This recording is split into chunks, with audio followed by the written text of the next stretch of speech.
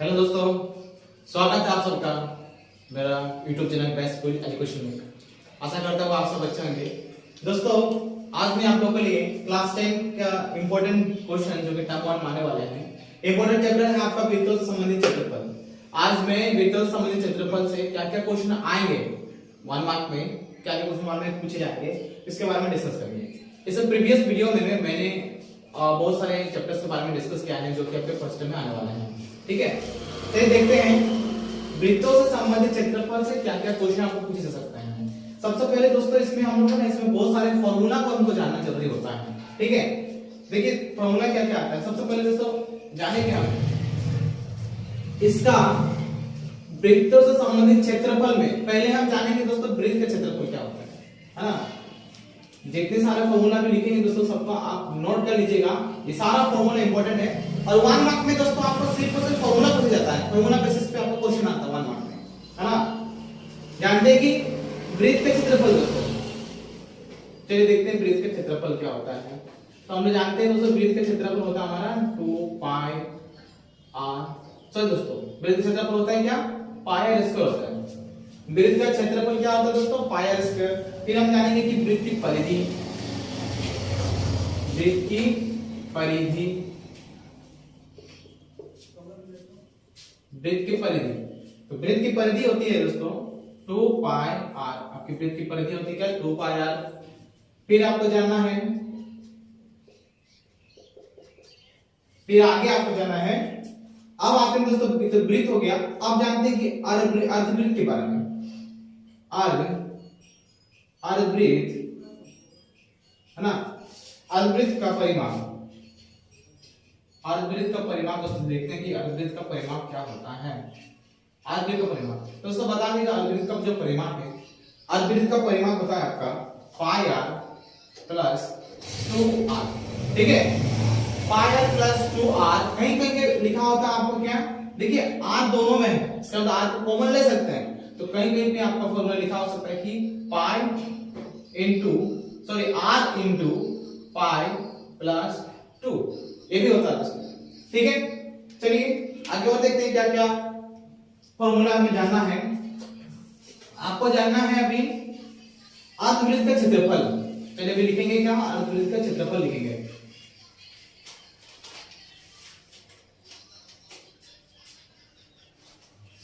चलिए दोस्तों अभी जानते हैं क्या, अर्धवृत्त का क्षेत्रफल।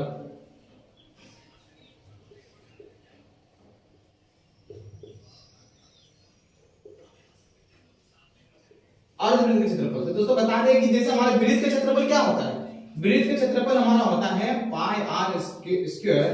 तो यहाँ पे मुझे अर्धवृत्त कहा गया तो हम यहाँ लगा देंगे 2, तो बन गया आपका अर्धवृत्त का क्षेत्रफल पाई r स्क्वायर बाय 2। ठीक है, अर्धवृत्त के क्षेत्रफल के बाद आपको जानना है, एक आता है तिर्यकखंड। आपको जानना है दोस्तों तिर्यकखंड के बारे में, है ना। देखिए तिर्यकखंड जो होता है, हम जानते तिर्यकखंड 2 प्रकार के होते हैं, एक लघु तिर्यकखंड और एक होता है दीर्घ तिर्यकखंड। तिर्यकखंड क्या होता है दोस्तों, तिर्यकखंड के बारे में यहां समझते हैं। देखिए तिर्यकखंड क्या है, वृत्त की त्रिज्याओं, है ना, ये क्या है, केंद्र से जब हम परिधि तक खींचते हैं उसको क्या कहते हैं, त्रिज्या कहते हैं। तो वृत्त की 2 त्रिज्याओं और चाप के बीच का क्षेत्रफल, ये जो चाप है दोस्तों, ठीक है, ये क्या है आपका चाप है ना। तो वृत्त की त्रिज्या मान के चलते हैं, इसका नाम लेते हैं OPQ। OP और OQ आपका तो त्रिज्या है, ठीक है। तो वृत्त की 2 त्रिज्या और उसके चाप के बीच का जो क्षेत्र होता है दोस्तों, ये वाला जो क्षेत्र होता है, ये क्षेत्र, इसका नाम कहा जाता है, इसे तिर्यकखंड कहा जाता है। इसे क्या कहा जाता है दोस्तों, इसे तिर्यकखंड कहा जाता है। ठीक है, तिर्यकखंड, इसे तिर्यकखंड कहा जाता है। तो दोस्तों तिर्यकखंड 2 प्रकार के होते हैं, क्या क्या, एक होता है आपका लघु तिर्यकखंड, ये जो भाग है ये आपका लघु तिर्यकखंड में आता है, ये छोटा है इसलिए इसका नाम क्या होगा, लघु तिर्यकखंड, लघु तिर्यकखंड। और ये जो भाग है इसका नाम है दीर्घ तिर्यकखंड, इसको क्योंकि ये बड़ा है इसलिए इसका क्या कहते हैं, दीर्घ तिर्यकखंड कहा जाता है। तो चलिए पहले जानते हैं कि हम लोग का त्रिज्यखंड का क्षेत्रफल। त्रिज्यखंड का क्षेत्रफल का मतलब हुआ, यहाँ पे हम लघु की बात कर रहे हैं, है ना, यहाँ पे हो रही बात लघु त्रिज्यखंड की क्षेत्रफल। लघु त्रिज्यखंड का क्षेत्रफल, है ना। आपको अगर पूछा जाए सिर्फ त्रिज्यखंड का क्षेत्रफल का मतलब हुआ कि आपको लघु त्रिज्यखंड का ही क्षेत्रफल निकालना है, लघु त्रिज्यखंड क्षेत्रफल। तो त्रिज्यखंड के क्षेत्रफल में यहाँ जो कुछ एंगल बनता है जिसको हम मान लेते हैं थीटा, ठीक है, मान लीजिए क्या थीटा। तो इसका क्या होता है, देखिए हम जानते हैं कि वृत्त की संपूर्ण वृत्त का जो क्षेत्रफल होता है या फिर संपूर्ण वृत्त का जो कोण बनाता है ना, संपूर्ण कोण हमारा कितना डिग्री होता है, 360 डिग्री होता है। तो हम क्या करेंगे, इस एंगल को, इस थीटा को 360 से डिवाइड करेंगे, है ना, और पूरा वृत्त का क्षेत्रफल क्या होता है हमारा, पाई आर स्क्वायर होता है। इस तरह आपका लघु त्रिज्यखंड का क्षेत्रफल हो गया theta by 360 pi are square. Pi are square हमारा वृत्त क्या होता है, ये पूरा वृत्त के क्षेत्रफल से, है ना, हम क्या करेंगे, अनुपात करेंगे संपूर्ण वृत्त का जो संपूर्ण कोण का जो होता है मान होता है, संपूर्ण कोण का मान क्या होता है, 360 डिग्री होता है। तो हम क्या करेंगे, theta by 360 pi are square करेंगे। चलिए आगे बढ़ते हैं। ये तो आपका लघु त्रिज्यखंड का क्षेत्रफल है। इसके बाद आता है आपका दीर्घ त्रिज्यखंड का क्षेत्रफल। देखते हैं लघु त्रिज्यखंड का क्षेत्रफल के बाद आता है आपका दोस्तों दीर्घ त्रिज्यखंड का क्षेत्रफल। चलिए देखते हैं दीर्घ त्रिज्यखंड क्या है। दीर्घ त्रिज्यखंड का क्षेत्रफल क्या होता है, देखिए दीर्घ त्रिज्यखंड का क्षेत्रफल, दीर्घ त्रिज्यखंड का क्षेत्रफल, देखिए हम लोग निकालने जा रहे हैं दीर्घ त्रिज्यखंड, यानी ये वाला भाग का क्षेत्रफल हम लोग निकालने जा रहे हैं, ठीक है। तो दीर्घ त्रिज्यखंड का क्षेत्रफल होता है, हम क्या करेंगे, संपूर्ण वृत्त के क्षेत्रफल से, संपूर्ण वृत्त के क्षेत्रफल यानी कि पाई आर स्क्वायर से हम माइनस करेंगे, ठीक है। हम क्या निकालेंगे, ये वाला भाग निकालना है। तो अगर हम पूरा वृत्त के क्षेत्रफल से इस लघु त्रिज्यखंड का क्षेत्रफल को माइनस कर देते हैं तो हमारे क्या आ जाएगा, दीर्घ त्रिज्यखंड का क्षेत्रफल आ जाएगा। इसका मतलब संपूर्ण वृत्त के क्षेत्रफल पाई आर स्क्वायर से माइनस करेंगे, क्या माइनस करेंगे, थीटा बाय 360, है ना, डिग्री होगा पाई आर स्क्वायर, ठीक है। Pi are square minus theta by 360 pi are square, ये क्या करेंगे, हम माइनस करेंगे, ये आपका क्या निकल गया, दीर्घ त्रिज्यखंड का क्षेत्रफल निकल जाएगा। यहां से आगे बढ़ते हैं। आगे आपको पूछा जाएगा, आगे आपका दिया है वृत्तखंड के बारे में जानते हैं दोस्तों। वृत्तखंड, देखिए दोस्तों वृत्तखंड क्या है, और वृत्तखंड भी आपके दो भाग होते हैं। वृत्तखंड के भी कितने भाग होते हैं, दो भाग होते हैं, एक होता है लघु वृत्तखंड और एक होता है दीर्घ वृत्तखंड। तो देखिए दोस्तों वृत्तखंड क्या आप समझते हैं, ठीक है, यहाँ पे वृत्तखंड को समझते हैं दोस्तों।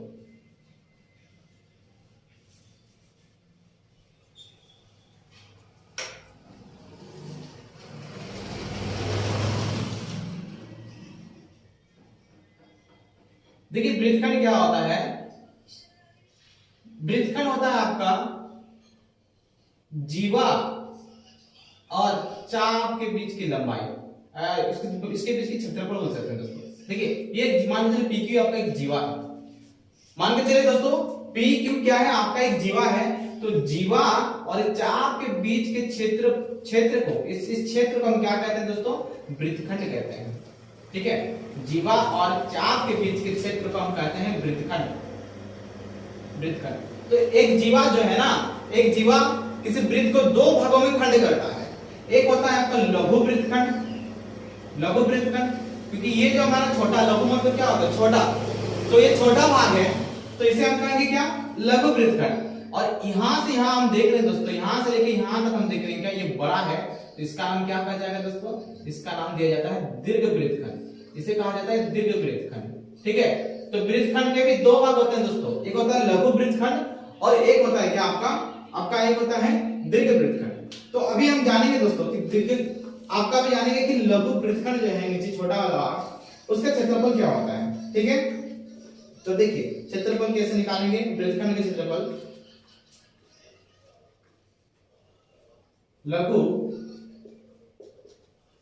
वृत्तखंड का क्षेत्रफल। तो लघु वृत्तखंड का क्षेत्रफल के लिए हम क्या करते हैं दोस्तों, एक छोटा सा रचना करते हैं। रचना ये करते हैं हम यहाँ इस केंद्र से आपको त्रिज्या दी रहेगी, ठीक है, ओपी और एक त्रिज्या दिया रहेगा, ठीक है। और यहाँ पे आपको थीटा का कुछ मान दिया रहेगा, थीटा का आपको कुछ एंगल का मान दिया रहेगा, उसके बाद हमें निकालना है लघु वृत्तखंड का क्षेत्रफल। तो हम क्या करेंगे दोस्तों, हम लिखेंगे, ठीक है, पहले हम क्या करेंगे, पहले इस संपूर्ण त्रिज्यखंड का क्षेत्रफल निकालेंगे। देखिए ओ पी क्यू ये आपका त्रिज्यखंड है, संपूर्ण त्रिज्यखंड का क्षेत्रफल, यानी हम लिखेंगे लघु वृत्तखंड क्षेत्रफल बराबर लिखेंगे त्रिज्यखंड का क्षेत्रफल,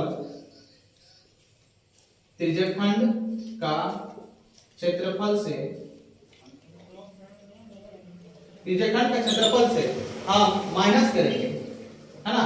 त्रिज्यखंड का क्षेत्रफल से हम माइनस करेंगे। क्या माइनस करेंगे दोस्तों, एक यहां पे देखिए आपका त्रिभुज बन रहा है, ठीक है, त्रिभुज बन रहा है ना, तो त्रिभुज क्या लिखेंगे, त्रिभुज ओ पी क्यू का क्षेत्रफल, त्रिभुज ओ पी क्यू का क्षेत्रफल।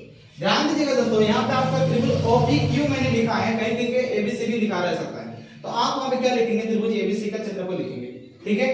आपको क्या करना है, इसका क्षेत्रफल निकालने के लिए यहाँ पे जो थीटा दिया रहेगा, यहां से यहां आपको एक लंब की रचना करनी होगी, ठीक है। इसको क्या करना होगा, एक लंब की रचना करेंगे, ऐसे ऐसे खींच देंगे, एक लंब की रचना करेंगे। तो जैसे एक लंब की रचना करेंगे, यहाँ पे 90 डिग्री दिखाएंगे, उसको हम क्या लेंगे, ऊंचाई लेंगे।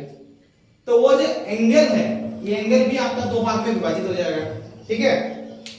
इसका और एक फॉर्मूला आता है लघु वृत्तखंड का क्षेत्रफल निकालने के लिए, आपका और एक फॉर्मूला आता है, चलिए उसको लिखते हैं, देखते हैं और एक फॉर्मूला क्या है लघु वृत्तखंड का क्षेत्रफल, इसे निकालने के लिए और एक दूसरा फॉर्मूला आता है, उसको देखते हैं। ये फॉर्मूला आप समझ गए होंगे, क्या निकालना है, पहले हमें निकालना है त्रिज्यखंड का क्षेत्रफल, यानी कि ओ पी क्यू, ये आपका पूरा त्रिज्यखंड है दोस्तों, उस पूरा त्रिज्यखंड का क्षेत्रफल निकालेंगे, माइनस करेंगे उसमें से ये जो उस पे एक त्रिभुज भी अध्यारोपित है, उस त्रिभुज को क्या करेंगे, माइनस करेंगे, उस त्रिभुज के क्षेत्रफल को माइनस करेंगे। चलिए आगे देखते हैं, वृत्तखंड का, लघु वृत्तखंड का और एक क्षेत्रफल, उसका और एक फॉर्मूला होता है, उसको भी जान लेते हैं।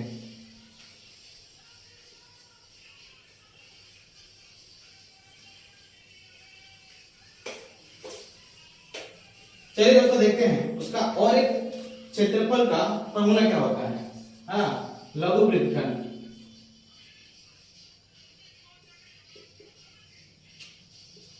देखिए क्या होता है, उसका फॉर्मूला होता है दोस्तों, यहां पर हम क्या करेंगे, यहां पे करेंगे थीटा बाय 360, है ना, थीटा बाय 360, यानी कि उसी त्रिज्यखंड का क्षेत्रफल, वहां से माइनस करेंगे दोस्तों 1/2, है ना, 1/2 r स्क्वायर sin थीटा, ये आपका दूसरा फॉर्मूला दोस्तों, r square sin theta. r square sin theta में क्या करेंगे दोस्तों, हमें यहाँ पे थीटा का वैल्यू जब दे देंगे तो हमें याद रखना होगा कि मान के चलिए आपका एंगल, आपका थीटा मान के चलिए आपका 60 डिग्री दिया है, तो हमें ये याद रखना होगा दोस्तों कि sin 60 डिग्री कितना होता है, ठीक है।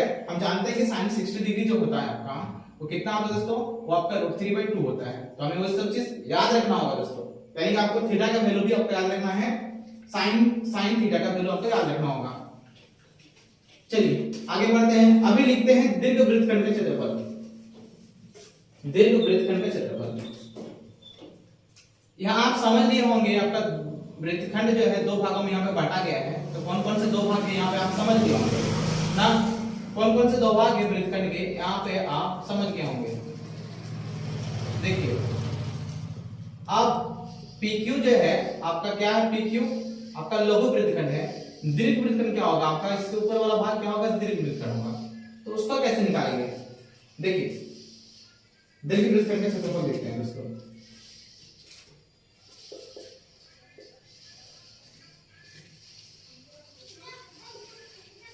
दीर्घ वृत्तखंड का क्षेत्रफल, दीर्घ वृत्तखंड का क्षेत्रफल। तो दीर्घ वृत्त का क्षेत्रफल कैसे निकालेंगे, हम क्या करेंगे, संपूर्ण वृत्त का क्षेत्रफल से, है ना, यानी कि पूरा पाई r स्क्वायर से हम माइनस करेंगे लघु वृत्तखंड का क्षेत्रफल को, हम क्या करेंगे, माइनस करेंगे लघु वृत्तखंड, लघु वृत्तखंड का क्षेत्रफल। दोस्तों दीर्घ वृत्तखंड का क्षेत्रफल निकालने का फॉर्मूला क्या होगा आपका, हम क्या करेंगे, संपूर्ण वृत्तखंड के क्षेत्रफल से माइनस करेंगे, है ना, क्या करेंगे, संपूर्ण वृत्त के क्षेत्रफल से माइनस करेंगे लघु वृत्तखंड का क्षेत्रफल माइनस कर देंगे, ठीक है।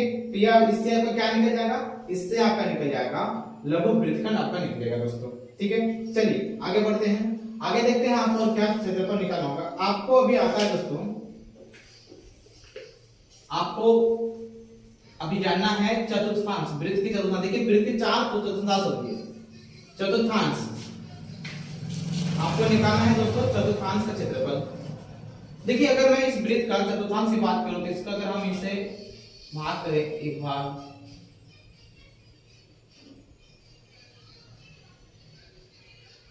इसे हम भाग करें एक भाग, अगर केंद्र से भाग विभाजित करके साथ देख रहे हैं हम इसे 4 भाग में बट गया। ये आपका पहला चतुर्थांश, ये आपका दूसरा, द्वितीय चतुर्थांश, तृतीय चतुर्थांश और चतुर्थ चतुर्थांश 4 भाग में बढ़ गया।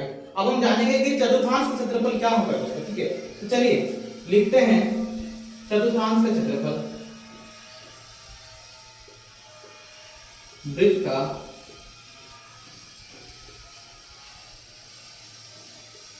का चतुर्थांश का क्षेत्रफल।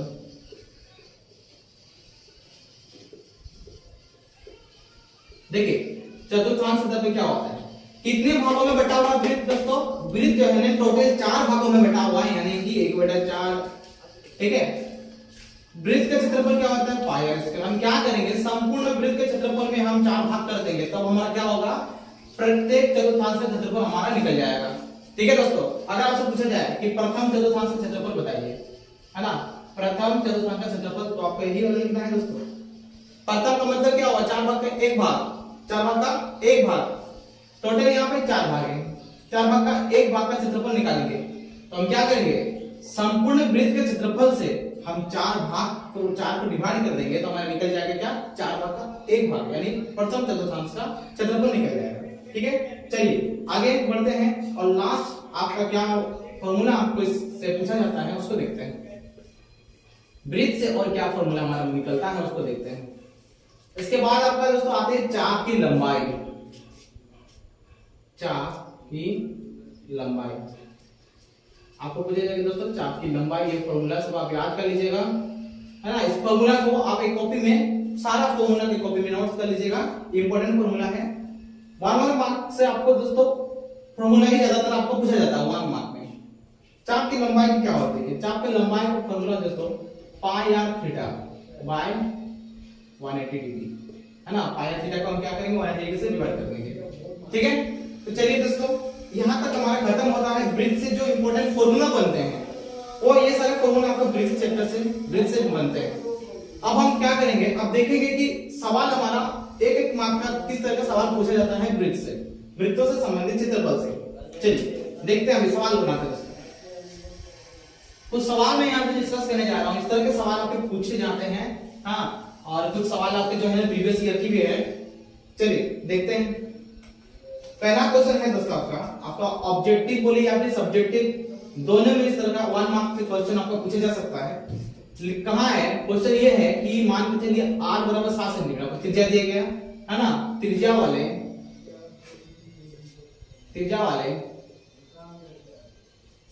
एक वृत्त का क्षेत्रफल लिखे। देखिए दोस्तों आपका क्या पूछेगा सवाल, r त्रिज्या वाले एक वृत्त का, r त्रिज्या वाले एक वृत्त का क्षेत्रफल लिखे। हमें क्षेत्रफल लिखना है, r त्रिज्या वाले एक वृत्त का क्षेत्रफल लिखे। ये 1 मार्क का क्वेश्चन है दोस्तों, ये सारा आपको 1 मार्क में पूछ जाएंगे। तो कैसे लिखेंगे r त्रिज्या वाले वृत्त का क्षेत्रफल, ठीक है। सबसे पहले तो हम जानते हैं क्या है दोस्तों, हम जानते हैं कि वृत्त का क्षेत्रफल का फॉर्मूला क्या होता है वो जानते हैं। वृत्त का क्षेत्रफल, तो आपका वृत्त का क्षेत्रफल का फॉर्मूला होता है पाई आर स्क्वायर। ठीक है, पाई। देखिए दोस्तों ज्यादातर हम क्या करते हैं, पाई का वैल्यू हम ज्यादातर जो है ना 22/7 लेते हैं, है ना। कहीं कहीं पे आपका क्या होता है 3.1414 इस तरह से भी आपका लिया जाता है, लेकिन ज्यादातर हम यूज क्या करते हैं 22/7 यूज करते हैं। तो यहाँ पर हम क्या करेंगे, पाई के वैल्यू हम देंगे 22/7 लेंगे, हम पाई के वैल्यू देंगे 22/7 इंटू आर का स्क्वायर। आर हमारा 7 कहाँ गया दोस्तों, 7 इंटू 7। चलिए ये आपका इससे कट जाएगा, आपका क्या होगा दोस्तों 22 इंटू 7 बचा। दोनों को मल्टीपल करेंगे, चलिए 7 दूनी होता है आपका 14, कैरी 1, ठीक है, 7 दूनी 14 और 1 15, 154 क्या लिखेंगे दोस्तों हम लोग सेंटीमीटर स्क्वायर लिखेंगे, क्योंकि हम क्या निकाल रहे हैं, क्षेत्रफल निकाल रहे हैं, तो हमारा क्षेत्रफल हमेशा स्क्वायर में आता है, इसलिए हम क्या लिखेंगे सेंटीमीटर स्क्वायर लिखेंगे, ठीक है। इस तरह का सवाल आपको बस फॉर्मूला बेसिस से कुछ सवाल आपको पूछे जाएंगे 1 मार्क में। चलिए नेक्स्ट क्वेश्चन देखते हैं, नेक्स्ट क्वेश्चन आगे देखते हैं और किस तरह के सवाल पूछे गए।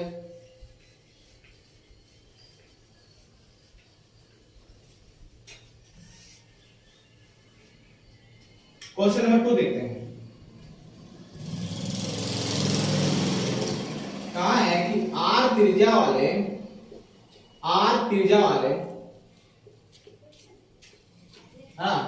क्वेश्चन है आर त्रिज्या वाले वृत्त का क्षेत्रफल, यानी यहाँ पे इस क्वेश्चन में कह रहा है कि आप वृत्त का क्षेत्रफल क्या होता है उसको सिर्फ फॉर्मूला लिखने के कह रहा है, ठीक है।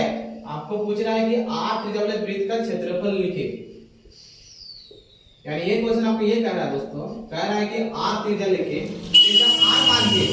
त्रिज्या आर मान के आपको सिर्फ क्या करना है, वृत्त का क्षेत्रफल का फॉर्मूला लिखना है। तो देखिए कैसा होगा, हम जानते हैं क्या है दोस्तों कि वृत्त का क्षेत्रफल बराबर, सीधा लिख देंगे दोस्तों, सिर्फ फॉर्मूला का लिख देंगे, वृत्त का क्षेत्रफल बराबर होता है क्या है पाई आर स्क्वायर, यही इसका आंसर हो जाएगा दोस्तों, ठीक है, पाई आर स्क्वायर। और हम यहाँ पे क्योंकि यहाँ पे मात्रक नहीं दिया हुआ है तो मात्रक देने की आवश्यकता नहीं है, ठीक है, तो क्या लिख देंगे पाई आर स्क्वायर, आर त्रिज्या वाले वृत्त के क्षेत्रफल क्या लिखेंगे पाई आर स्क्वायर। चलिए नेक्स्ट देखते हैं, आगे बढ़ते हैं।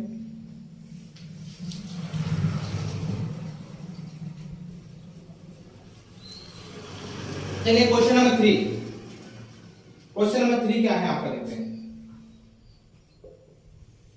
क्वेश्चन नंबर 3 आपका है व्यास आपको दिया गया, हाँ व्यास डी वाले, है ना, व्यास डी वाले वृत्त का परिमाप लिखिए।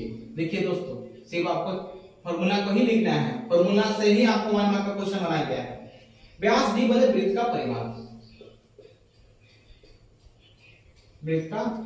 तो दोस्तों हम जानते हैं कि वृत्त का परिमाप बताएं क्या हमारा, वृत्त का परिमाप हमारा होता है 2 पाई आर, वहां पे आर हम लिखे, लेकिन ध्यान से देखिए, हाँ व्यास डी वाले वृत्त का परिमाप लिखे, ध्यान से देखिए दोस्तों, हमें यहाँ पे व्यास दिया हुआ है, हमें यहाँ पे त्रिज्या नहीं दिया गया है, हमें क्या दिया गया व्यास दिया गया है, व्यास डी दिया गया है। तो हम दोस्तों जानते हैं डी जो होता है ना, व्यास जो होता है ना, त्रिज्या का क्या होता है आधा होता है, त्रिज्या का आधा होता है, तो व्यास और त्रिज्या क्या होता है व्यास का 2 गुना होता है, ठीक है 2 गुना होता है। हम यहाँ आर हमें निकालना होगा, आर बराबर दोस्तों हमारा क्या हो जाएगा, आर बराबर हो जाएगा d/2 हो जाएगा, क्या हो जाएगा d/2, क्योंकि त्रिज्या जो होता है दोस्तों वो व्यास का आधा होता है ना, त्रिज्या व्यास का आधा होता है। हमें निकालना क्या है वृत्त का परिमाप, चलिए यहां से हम लिखते हैं वृत्त का परिमाप, हम फॉर्मूला लिखेंगे क्या होता है 2 पाई आर, ध्यान दीजिए दोस्तों यहाँ पे 2 है ना, पाई का वैल्यू यहाँ पे आप दे भी सकते हैं नहीं भी दे सकते हैं, ठीक है। अगर पाई का वैल्यू आप देते हैं क्या देंगे 22/7 देंगे, इनटू आर का वैल्यू दोस्तों आपका लिखा हुआ है d/2,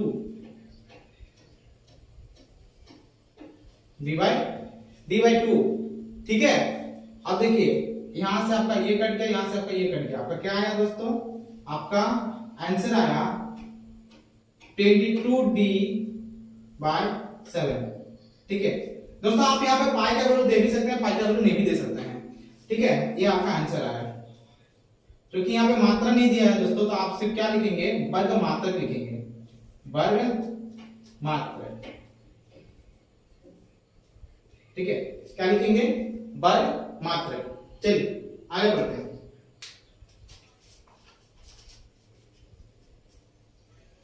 हैं, क्वेश्चन नंबर 4 देखते हैं।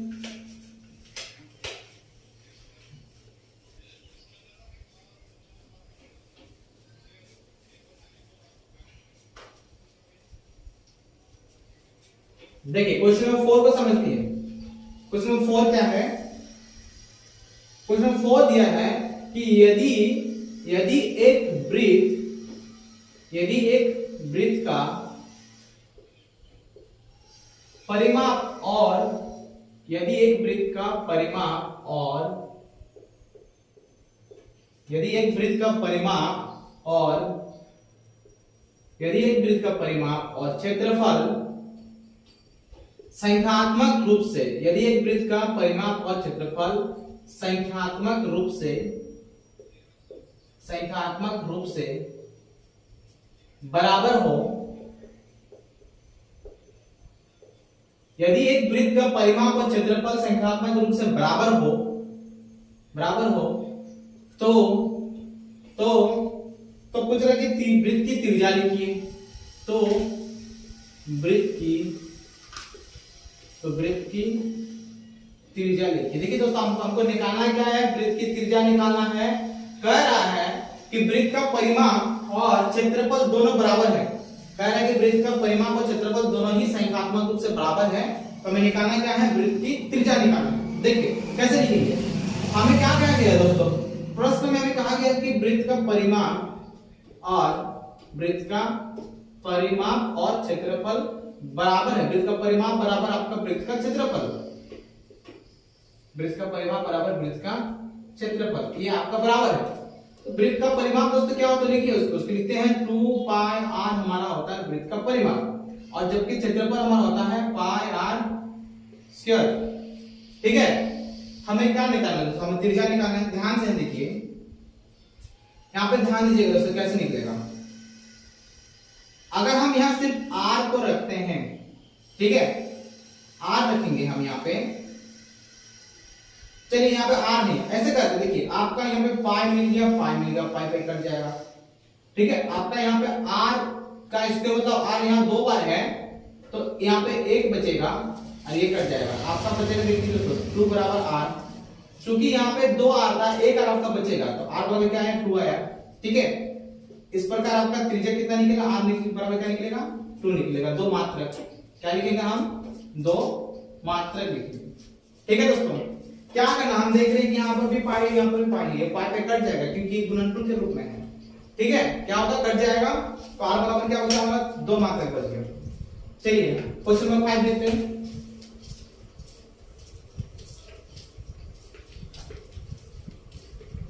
क्वेश्चन नंबर 5 देखते हैं, क्या है क्वेश्चन नंबर 5। हाँ, क्वेश्चन नंबर 5 ध्यान समझिएगा। यदि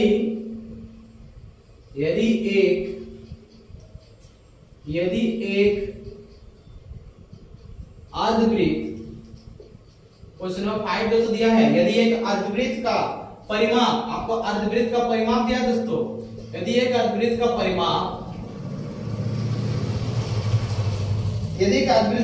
36 सेंटीमीटर है, यदि के अर्धवृत्त का परिमाप 36 सेंटीमीटर है, तो उसका व्यास ज्ञात कीजिए। तो उसका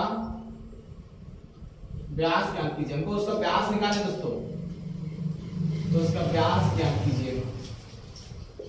हमें क्वेश्चन क्या गया, क्या कहा क्वेश्चन ने कि एक अर्धवृत्त है, अर्धवृत्त का परिमाप हमको दिया है 36 सेंटीमीटर, तो हमें उसका व्यास निकालना है। देखिए कैसे निकालेंगे, है ना, हल करते हैं उसको। हमें क्या बोला गया, हम जानते हैं कि अर्धवृत्त का परिमाप क्या था, उसको लिखिए एक बार दोस्तों। अर्धवृत्त का परिमाप, अर्धवृत्त का परिमाप क्या होता है, हम जानते हैं अर्धवृत्त का परिमाप जो है ना, वो आपका होता है पाई r प्लस 2r। ठीक है, पाई r प्लस 2r। ध्यान दीजिएगा दोस्तों, यहाँ पे हम अर्धवृत्त का परिमाप जो है ना, ये हमें दिया गया है 36 सेंटीमीटर हमको दिया हुआ है, तो हम अर्धवृत्त का परिमाप की जगह पे क्या लिखेंगे, 36 सेंटीमीटर लिखेंगे, 36 लिखेंगे। यहां से हम दोनों में r कॉमन लेते हैं, तो हमारा क्या बचेगा, पाई प्लस 2 बचेगा। ठीक है, पाई प्लस 2, और पाई प्लस 2 बचा। हमें क्या निकालना है, उसका व्यास ज्ञात करना है। तो सबसे पहले व्यास ज्ञात करने के लिए क्या करेंगे, हम यहाँ पे 36 बाय पाई प्लस 2, देखिए यहाँ पे ऐसे सॉल्व करते हैं इसको। हम क्या करेंगे, 36 इक्वल टू पाई के वैल्यू हम दे देते हैं, पाई के वैल्यू देते हैं। चलिए 22/7 हमारा पाई के वैल्यू होता है, प्लस 2 हम दे दिए यहाँ पे। हाँ, आगे सॉल्व करते हैं। आपका होगा 36 इक्वल टू, यहाँ एलसीएम बोथ से ये जोड़ हो जाएगा, r आपका हो जाएगा ये 22 प्लस 14/7। ठीक है, चलिए आगे लिखेंगे इसको। यहां लिखेंगे आपका, इसको सॉल्व करते हैं। तो इसको थोड़ा मिटाना होगा। आप यहां तक इसको वीडियो को पॉज करके देख लीजिएगा। मैं सॉल्यूशन आगे यहां से बना रहा हूं। देखिए आगे कैसे बनेगा, और आगे इसका कैसे बनेगा। अब हमारे क्या आया, कंक्लूजन हमारा ये आया कि 36 इज इक्वल टू आर। अब जोड़ते हैं इसको, आपका होगा 6, 36/7। ठीक है, 36/7 आपका हो गया। और यहां से हम क्या करेंगे, अभी आर को हम अंदर मल्टीपल करेंगे। मुझे निकालना क्या है, आर का वैल्यू, क्योंकि हमें क्या निकालना है, आर का वैल्यू निकालना है। तो हम ऐसे करेंगे, अभी 36 इज इक्वल टू आपका ये हो जाएगा 36r/7। ठीक है, देखिए ये यहाँ पे डिवाइड के रूप में है, ये यहाँ पे क्या हो जाएगा, मल्टीपल हो जाएगा। 36 into 7 हो जाएगा इज इक्वल टू 36r। हमें निकालना है आर निकालेंगे। आर इसके लिए क्या हो जाएगा, 36 into 7, और ये डिवाइड हो जाएगा 36। देखिए ये और ये आपका कट गया, आपका आर आया 7। ठीक है, आर कितना आया, 7 सेंटीमीटर आपका आया। लेकिन आप क्वेश्चन अगर देखेंगे दोस्तों, आपको त्रिज्या निकालने के नहीं कहा गया है, उसमें कहा गया कि आप क्या निकालिए, अर्धवृत्त दिया हुआ, आप उसमें व्यास निकालिए। तो हम जानते हैं कि जो व्यास है वो त्रिज्या का 2 गुना होता है। त्रिज्या का कितना होता है दोस्तों, 2 गुना होता है। तो d बराबर 2r, यहां से हम निकालेंगे 2 into 7, है ना, इसलिए 27 is 14 सेंटीमीटर। इसलिए आपका आंसर कितना आएगा दोस्तों, है ना, आपका d का वैल्यू कितना आया, 14 सेंटीमीटर। आपका मेन आंसर जो है, आपका लास्ट आंसर कितना आएगा, 14 सेंटीमीटर आंसर आएगा, क्योंकि आपको d का मान निकालने बोला गया है ना। चलिए आगे बढ़ते हैं, देखते हैं क्वेश्चन नंबर 7 को। क्वेश्चन नंबर 7,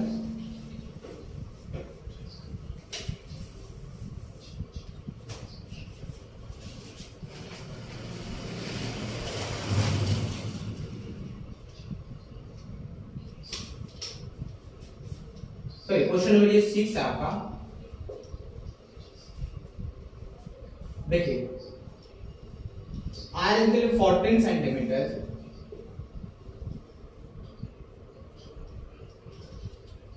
त्रिज्या वाले 14 सेंटीमीटर त्रिज्या वाले 14 सेंटीमीटर त्रिज्या वाले एक अर्धवृत्त का क्षेत्रफल निकला दोस्तों। 14 सेंटीमीटर त्रिज्या वाले एक अर्धवृत्त का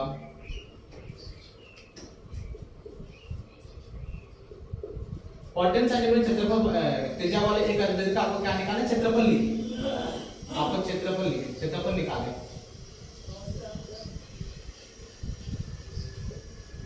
देखिए कैसे निकालेंगे, क्या दिया दोस्तों हमको, r इक्वल टू 14 सेंटीमीटर दिया है।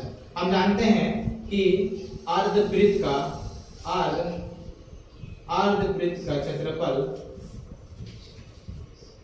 हम जानते हैं कि अर्धवृत्त का क्षेत्रफल जो होता है, अर्धवृत्त का क्षेत्रफल बराबर क्या होता है, अर्धवृत्त का क्षेत्रफल आपका अर्धवृत्त, पूरा वृत्त का क्षेत्रफल पाई r स्क्वायर, अर्ध की बात की 2 लगा देंगे। ठीक है, पाई स्क्वायर बाय 2। तो यहाँ पे पाई की वैल्यू 22/7, तो पाई का वैल्यू इनटू r का वैल्यू आपका 14 इनटू 14 डिवाइडेड बाय यहाँ 2 करेंगे। चलिए कट गया आपका, और ये 2 भी कट गया, यानी कि ऊपर हमारा क्या बचा दोस्तों, ऊपर हमारा बचा है 22 into 14। अब 22 into 14 करेंगे, कितना आया देखते हैं, आंसर हम यहाँ लिखते हैं। ठीक है, 22 into 14 अगर करेंगे तो आपका होता है, चलिए गुना करके देखते हैं, आपका हो जाएगा 22 into 4 होता है 88 हुआ। आपका होगा दोस्तों 308, आपका आंसर आएगा 308 आपका सेंटीमीटर दिया है, यानी कि सेमी स्क्वायर, सेंटीमीटर स्क्वायर। आपका कितना आ जाएगा अर्धवृत्त का क्षेत्रफल, 308 सेंटीमीटर स्क्वायर आपका क्षेत्रफल आ जाएगा, अर्धवृत्त का क्षेत्रफल। ठीक है, चलिए नेक्स्ट क्वेश्चन नंबर 7।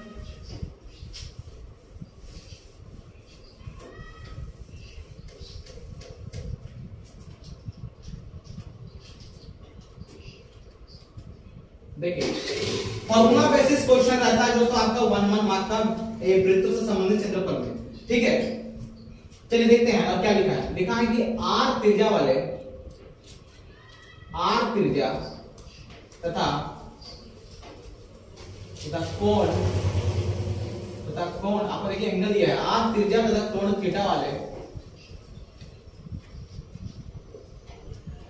वृत्त का, आर त्रिज्या तथा कोण थीटा वाले वृत्त का आपको निकालना है त्रिज्यखंड, वृत्त का लघु त्रिज्यखंड, लघु त्रिज्यखंड का क्षेत्रफल लिखिए। यानी आपको पूछा जा रहा है कि आप फॉर्मूला लिखिए। आपको लिखना क्या है, लघु त्रिज्यखंड का क्षेत्रफल, यानी कि आप फॉर्मूला लिखने बोल जा रहा है। ठीक है, आर त्रिज्या तथा कोण थीटा वाले वृत्त का लघु त्रिज्यखंड का क्षेत्रफल लिखिए। यानी कि आपको यहाँ पे लघु त्रिज्यखंड का क्षेत्रफल क्या होता है वो पूछा जा रहा है। ठीक है, तो चलिए हम लिखते हैं कि लघु त्रिज्यखंड का क्षेत्रफल क्या होता है। लघु त्रिज्यखंड का क्षेत्रफल, आपका लघु त्रिज्यखंड का क्षेत्रफल होता है दोस्तों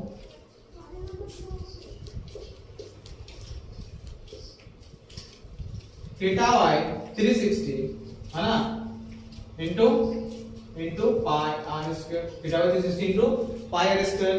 तो आपका लघु त्रिज्यखंड का क्षेत्रफल क्या हो गया, theta by 360 into pi are square. आपका यही आंसर, क्योंकि आपको ये पूछा गया है कि आप उसके क्षेत्रफल लिखिए, यानी फॉर्मूला लिखने बोला जा रहा है। ठीक है, चलिए क्वेश्चन नंबर 8 देखते हैं।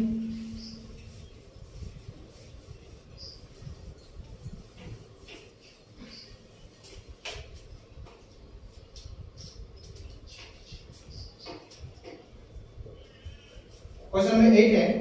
क्वेश्चन नंबर 8 में है दोस्तों कि चाप की लंबाई बताइए।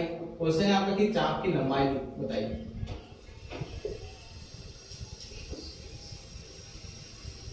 चाप की लंबाई बताइए। क्या करना है हमको, चाप की लंबाई बताना है। देखिए चाप की लंबाई कैसे बताएंगे, चाप की लंबाई, तो हम चाप की लंबाई के जो जानते हैं फॉर्मूला उसी को लिख देंगे। ठीक है, बस फॉर्मूला बेसिस क्वेश्चन है, फॉर्मूला बस पूछा जा रहा है चाप की लंबाई। तो चाप की लंबाई का हमारा फॉर्मूला क्या होता है दोस्तों, थीटा बाय, इसमें 180 लेते हैं। ठीक है, क्या लेते हैं, थीटा बाय 180 है ना, theta by 180 into pi are square.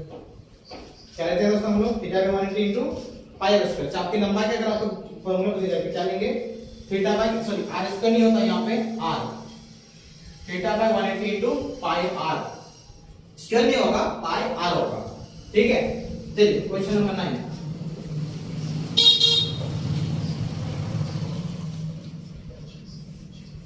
Question number 9 देखते हैं।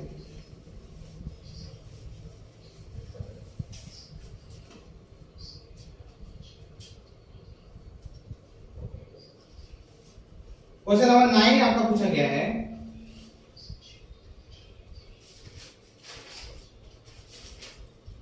क्वेश्चन 9 है कि 14 सेंटीमीटर वाले, 14 सेंटीमीटर व्यास, देखिए इसमें त्रिज्या नहीं दिया गया है, 14 सेंटीमीटर व्यास वाले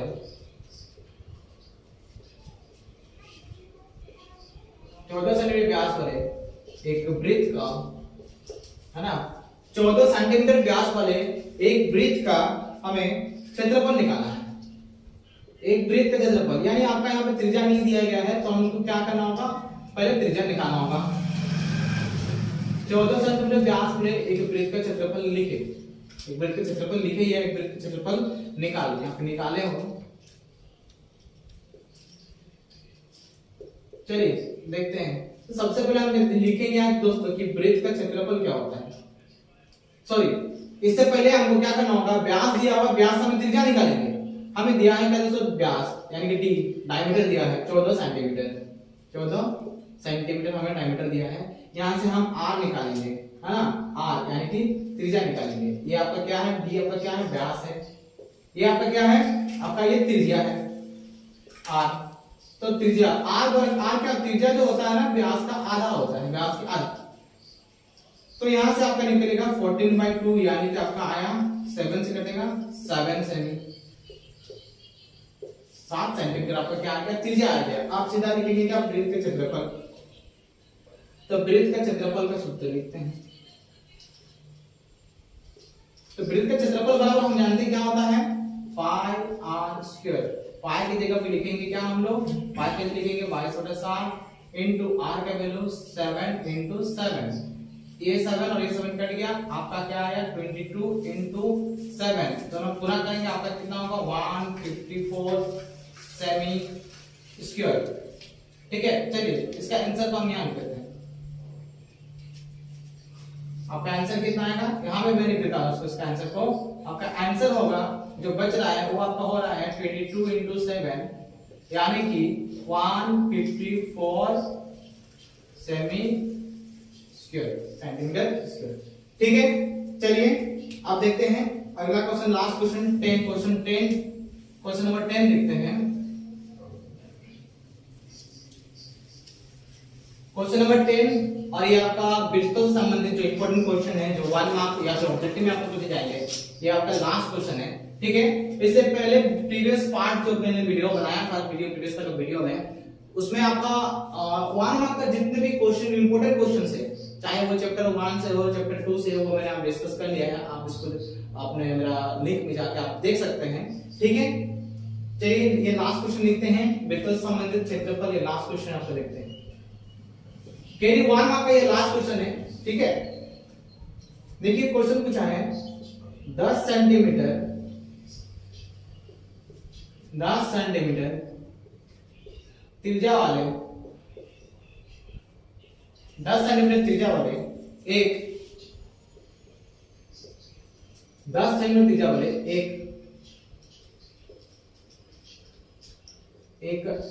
अर्धवृत्त का क्षेत्रफल 10 सेंटीमीटर त्रिज्या वाले एक अर्धवृत्त का क्षेत्रफल लिखे, एक अर्धवृत्त का क्षेत्रफल निकाले। 10 सेंटीमीटर त्रिज्या वाले एक अर्धवृत्त का क्षेत्रफल निकाले। हमें अर्धवृत्त का क्षेत्रफल निकालना है, हमको त्रिज्या दिया हुआ है, हमें दिया हुआ है क्या है r 10 सेंटीमीटर, है ना, r 10 सेंटीमीटर दिया है, हमें अर्धवृत्त क्षेत्रफल। तो हम जानते हैं दोस्तों क्या कि अर्धवृत्त का क्षेत्रफल क्या होता है, अर्धवृत्त का क्षेत्रफल, अर्धवृत्त का क्षेत्रफल होता है आपका पाई r स्क्वायर बाय 2। तो पाई के गुण देते हैं दोस्तों यहाँ पे हम लोग 22/7 है ना इनटू 10 इनटू 10 बाय 2। देखिए ये कटेगा 5 से, आपका और नहीं कटेगा, ये तो नहीं कट रहा तो हम इसकी क्या करेंगे गुना करेंगे।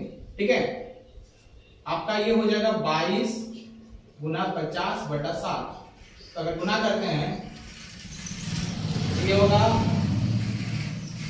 1100/7। ठीक है दोस्तों, तो इसको हम अगर तोड़ेंगे इसको हम इतना भी रख सकते हैं या फिर हम इसको पॉइंट पे भी लाके लिख सकते हैं। ठीक है, चलिए ये आपका बिल्कुल संबंधित 1 मार्क का जो क्वेश्चन है यहीं तक आपका खत्म होता है, और आगे नेक्स्ट पार्ट वीडियो में हम बनाएंगे कि आपका जो दोस्तों ये जो आपका बिल्कुल संबंधित क्षेत्रफल का जो क्वेश्चन है क्वेश्चन नंबर 10 तक, यहाँ तक आपका 1 मार्क का इंपॉर्टेंट क्वेश्चन यहाँ तक आपका यहीं तक आपका खत्म होता है।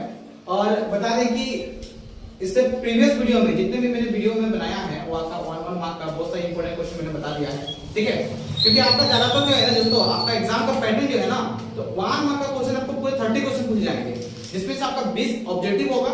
ठीक है, और 1 में मार्क होगा, उसमें आपको जो 5 मार्क का आपको पूछा जाएगा, उसमें आपको एक वर्ड में आंसर देना है, और 5 में क्या करना है आपको एक थोड़ा बना के दिखाना है, लिखना है उसमें। ठीक है, तो आशा करते हैं कि आप बिल्कुल संबंधित क्षेत्रफल का जो बेसिक क्वेश्चन है 1 मार्क का कुछ इंपॉर्टेंट क्वेश्चन है, इसको आप अच्छे से समझ लिए होंगे। ठीक है, और अगर आपको वीडियो अच्छी लगी हो तो वीडियो को लाइक कमेंट और चैनल को सब्सक्राइब जरूर करिएगा। चलिए मिलते हैं आपको नेक्स्ट वीडियो में। Thank you.